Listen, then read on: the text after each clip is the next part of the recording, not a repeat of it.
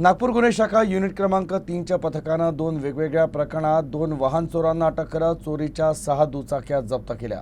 आरोपींनी शहराच्या वेगवेगळ्या भागातून ही वाहनं चोरल्याची कबुली दिली। तर पुढील कारवाईसाठी दोनही आरोपींना संबंधित पोलीस ठाण्याच्या ताब्यात देण्यात आलं आहे। धक्कादायक बाब म्हणजे अटकेतील एक आरोपी केस गळण्याच्या समस्येच्या उपचाराकरता वाहन चोर बनला होता। लहानपणापासून केस गळण्याच्या त्रासानं त्रस्त असलेल्या एका 20 वर्षीय तरुणानं महागड्या उपचारांचा खर्च भागवण्याकरता चोरीचा मार्ग पत्करला।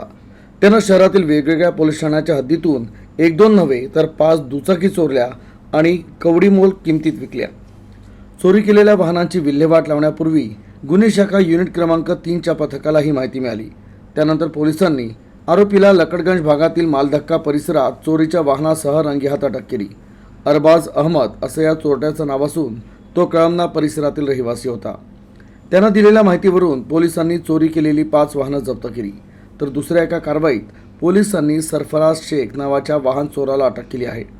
लकडगंज पोलीस ठाण्याअंतर्गत त्याच्याकडून चोरीची दुचाकी जप्त करण्यात आली। सरफराज शेख विरुद्ध आधीच हत्येचा गुन्हा दाखल आहे।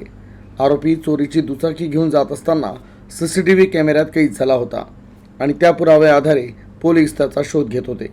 या दोनही कारवाईत पोलिसांनी आरोपींकडून एकूण 6 दुचाकी जप्त केल्या आहे।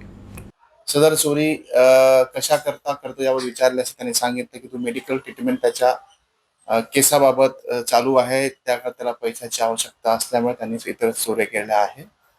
आरोपी व गाड्या ताब्यात घेऊन पुढील कारवाई करत आहेत। अरबाज अहमद जे आहे त्याच्यावर कोणता रेकॉर्ड नाही आहे, परंतु सरफराज जो आहे त्याच्यावर पुन्हा विश्रांतवाडी येथे एक 302चा गुन्हा दाखल असल्याची माहिती मिळाली आहे।